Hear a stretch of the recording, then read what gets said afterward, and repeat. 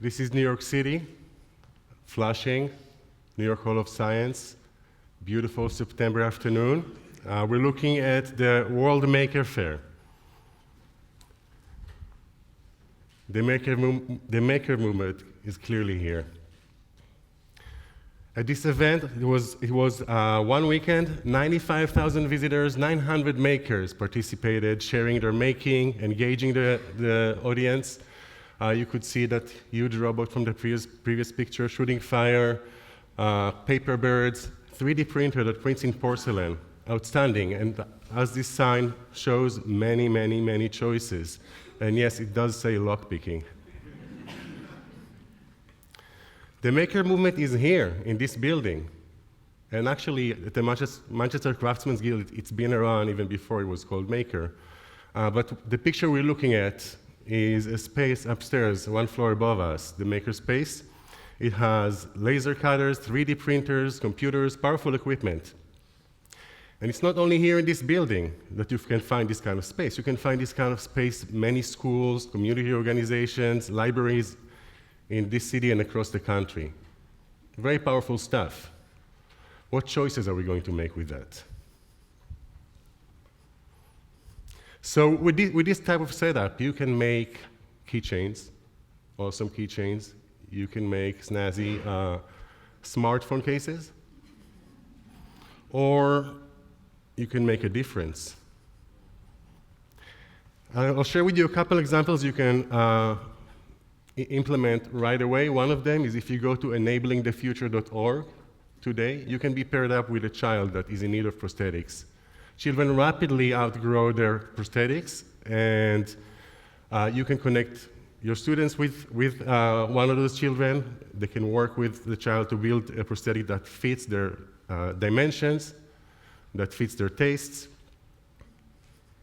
Another website you can go to is findsomeflow.com. Better yet, Ian, are you here?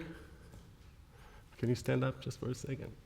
You can go talk to Ian Neumeyer, co-founder of findsomeflow.com, and he can help you engage in creating playground equipment and inventing games that have children with disabilities play together with other children and not at their own corner of the playground with their own special equipment like currently happens.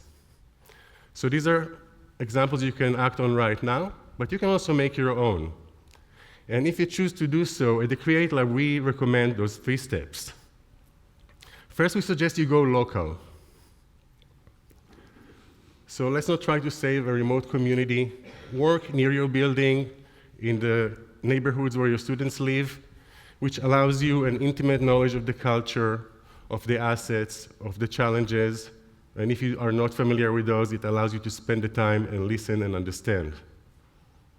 Another thing it allows you is the next point, which is the most important point here, is to create partnerships that are strong, that are based on being together. And when we talk partnerships, we talk first-class partnership. We don't talk about producer-consumer, I am here to save you.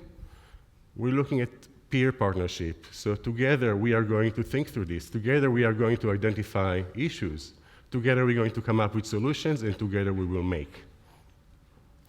This is very deep impact, but also recognizably it's very local and very small. And to answer the question of scale, we would suggest you share your story then. Share your successes, share your challenges, share how you went through it, how did you build your partnership, what solutions you came up with. We put together a Facebook page. You can go to makeforhumanity.org and share a story there. You can use your own social media, any other platform you have, so others can do the same process. And we believe if you put those 3 together, especially the first-class partnership principle, you can make outstanding social impact. And I'm going to share some examples with you. In Spokane, Washington, BioThreads make hats for children with cochlear implants. The cochlear implants do not allow them to wear a hat, a one-size-fits-all hat. Those slide off, get caught on the implant. They work with each and every child and hand knit a hat that fits exactly their head. Sergeant Rodriguez is a veteran, and he lost a leg at war. He has a prosthetic leg. And he does not like the appearance of his legs when he's wearing his prosthetic. The prosthetic is small, one of his pant legs look empty, and he wants it to be symmetrical. He had an idea, he knew what needs to be done, but he did not have the equipment or the skills to make this happen. He wanted something to go over his prosthetic to gain symmetry between his legs. So he called the School of Art at the University of Wisconsin in Milwaukee, where he was paired with a group of 3 art students.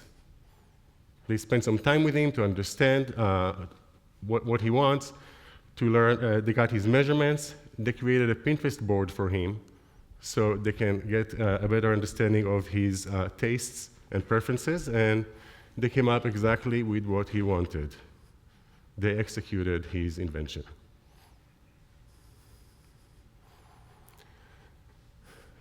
Since the late 1800s, research has been showing that vibration can help Parkinson patients, people with Parkinson's with the tremors.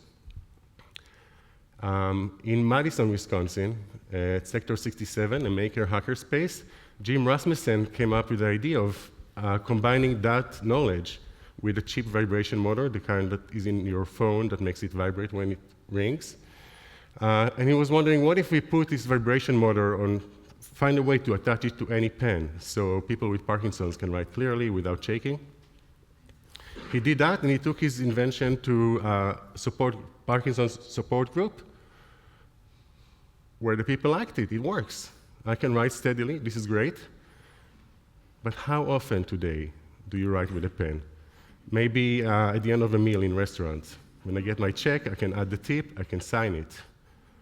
But wouldn't it be wonderful if throughout the meal I can hold my soup spoon without shaking? Together they thought about this problem. Together they figured it out and came up with this wristband that has a vibration motor attached to it that would allow a person to eat without the tremors.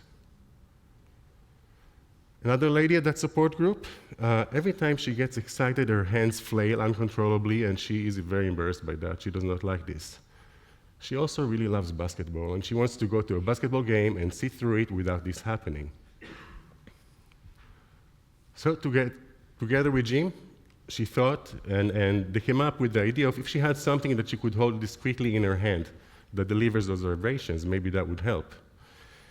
Jim went to his fancy 3D printer and made this sphere with a vibration motor inside it. And when she held it, she did not like it. She did not like the feel of the hard plastic. It just didn't feel right. So they went back together and thought about what can be done, and eventually they figured out a very cheap solution. A few cents for a ping pong ball, you cut a hole in it, you put the vibration motor in it, and she can enjoy a basketball game. One more person on that group was not able to walk because of tremors in his legs.